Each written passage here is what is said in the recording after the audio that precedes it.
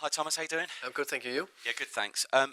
How's the squad looking? And the latest on Solanke, Romero back, Moani, What was the second one? Sorry. Bentancur, Solanke, Moani. Oh, sorry, Romero. Sorry. No, Romero. So yes, Romero is fit and available, and he will start tomorrow. So that's promising news. I think there was a contract to the foot, and the medical did a good job to get him turned around. So trained and ready for tomorrow. Dom, the minor procedure went well, so that's good. As I said, in Bodø, the time frame we will know more of before. I can't even remember who we play next time, but when we come back for international, fully focused on Leeds tomorrow. So that will be more on the time frame, to be more specific there, if possible, of course. And Kolomwani has been on the pitch the last 2 days. Yeah. So that's very positive. Good news. Sorry, on Bentancur, obviously the good news this morning, announced the long-term contract. How happy have you been with Bentancur since you've been here? I think first and foremost, I think it's fantastic news that the club have managed to first extend Romero's contract, but also now Roderick Bentancur's contract. I think is a big sign of that both of them believe in the project and the future here, and hopefully the fantastic journey we are going to be on together. I think that's a big signal. It will be the easiest thing in the world for Roderick to run out his contract and do something different. So I think that's a fantastic signal to the fans, to everyone. And of course, I'm extremely happy that we managed to sign him. I think he's been a top player. No, he is a top player, and he's been a top player for Tottenham. I also think we can get even more out of him, and there's an even higher level in him. And the to-do list all done. Your leadership group. Yeah, finally, you guys pushed me, so I had to take a decision. I think I couldn't postpone it anymore. Rodri and himself, Bentancur feels like a leader experience. You've had Pedro Porro as a captain against Doncaster, but the players you've selected, is there individual reasons for each one? Because I'd imagine James Maddison, for example, being out for the majority of the season, he'll be delighted, for example. Yeah, exactly. I think it's down to a few bits. So first and foremost, I think there is quite a few with a leadership potential in them, and I think the more we can have that want to speak up and take responsibility for the bigger picture, the better. That's what I think create the best teams. And I agree with Roderick Bentancur and Pedro, especially the two of them. I think are two I really want to.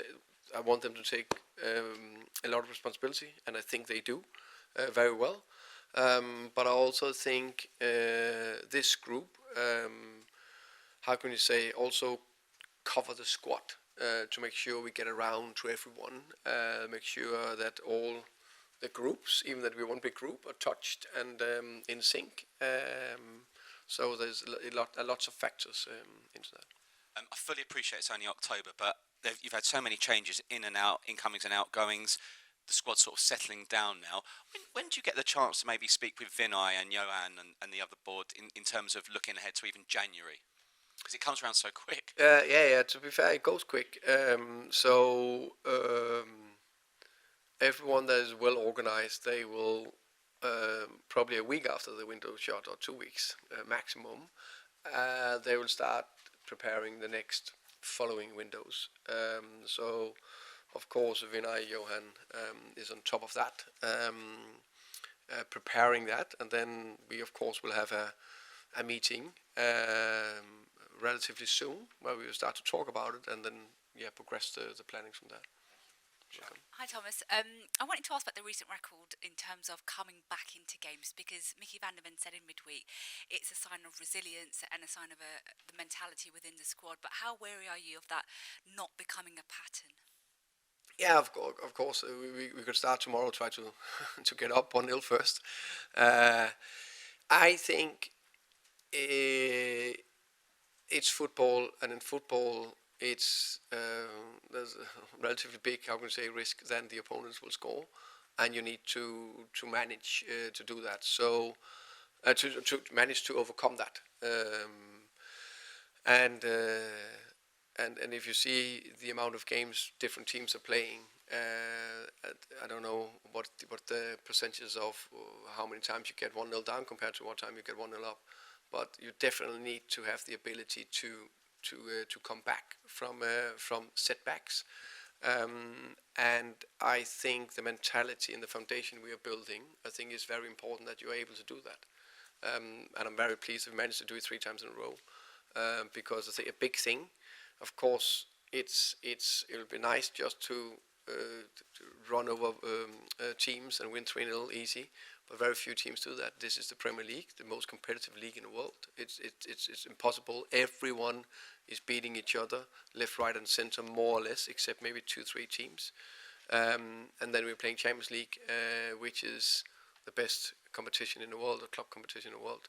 So we need to have that ability, which I'm happy with, and keep building on it. Of course, it's not that we're not working on trying to get in front, which we also have done.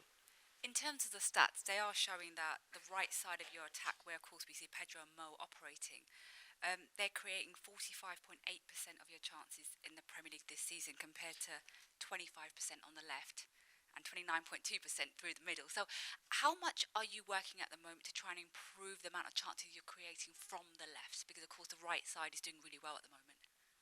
I think we of course like to have. I don't think if I'm a little bit out to. I want it balanced. I'm just thinking about that, because if they're creating chances, then the other side are finishing it. So that's not too bad if you just look at stats. But I also think it's fair to say that Mo and Pedro, let's say that relationship is really well, and it seems like there's a little bit consistency. They found each other, so that's good. And then there's probably been a little bit more with 2 different left backs, both Jet and Dest, and different wingers. So how can we get that little bit more of that consistency in there?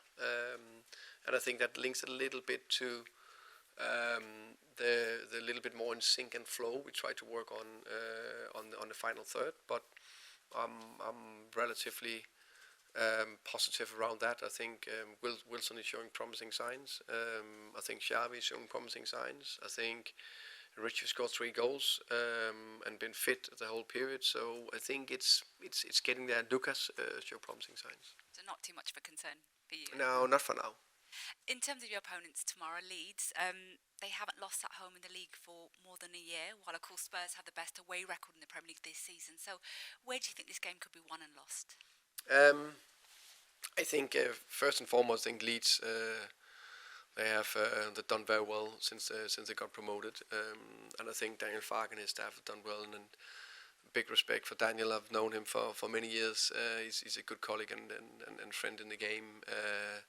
We battled against each other quite a few times in the Championship and in the Premier League. So I'm so happy that he's doing well, and that they got a good start, and show how a great coach is and the coaching staff. So this we're going to Ellen Road, which I always admire as one of the best stadiums to go to, because the atmosphere is fantastic there.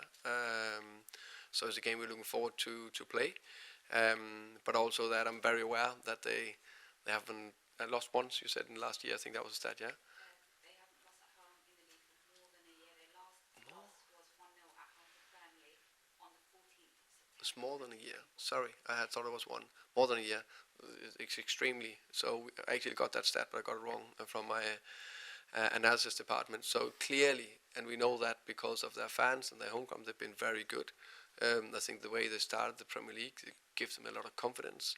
They defend extremely well. They give very little away in open play. So we need to really be aware of that and really know that this is a game that can be 90 minutes back and forth, small setbacks you need to overcome. But we're ready for it. Look forward to it, and we'll do what we can to go for 3 points. Just kind of going into a little bit more on the team news ones. Randall Kalamawani, would it be available to kind of play any part tomorrow? And also, how far is Kota Takai from being able to kind of... Kalamawani will not be available to play. He's not in the squad tomorrow. Kota is better and better. He's trained fully with the team for a week, 10 days, a little bit more than that. So that's promising, definitely. So happy with that. On Rodri, you said he can still improve, as any player can, obviously. I mean, just wondered, what areas do you see that he can push on to another level? Is it things like his goal scoring, maybe, things like that? Yeah, I think one thing if I've seen, I'm very happy with him as a player and as a character. And I think when he plays his best level, I think he's at a top level as a midfielder here in the Premier League. And I probably need to see a little bit more consistency there. And I also want him to be a little bit more, and I told him himself, so he's I'm not saying anything I haven't told him. I want him to be a little bit more dictating the game, getting a little bit more on the ball when it's tough. He's so good at the ball, he's so composed. He's so good to get the ball in tight areas and get out of situations, and that I'd like to see a little bit more. So I think that's the first bit, and then I agree. I think he can easily add goals to his game, but I think the more we can control that middle of the pitch with him, the better. Another midfielder, Archie Gray, another positive little kind of cameo towards the end in midweek, heading back to Leeds. How much do you think he'll have developed over those almost 18 months since he left Leeds? As I say, a young man, he's still a very young man. Yeah, he's still a very young man.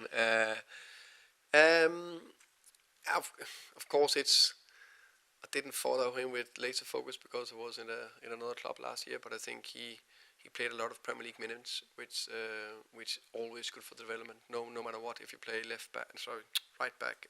Did he also play left back? Definitely play right back, centre back or midfielder. So many minutes, so many experiences, some tough moments as well, and it's the tough moments that develop all of us. We know that. So that I liked. I like what I've seen from him pre-season. I really like him as a player, and sometimes he just needs to keep doing what he's doing. I think he's trained well, and I think especially last months probably. So I just see signs of good bits in training. Came on against Bodø, part of making a difference.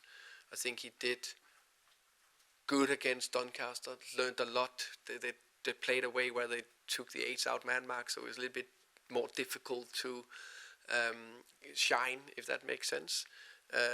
But I like everything about him.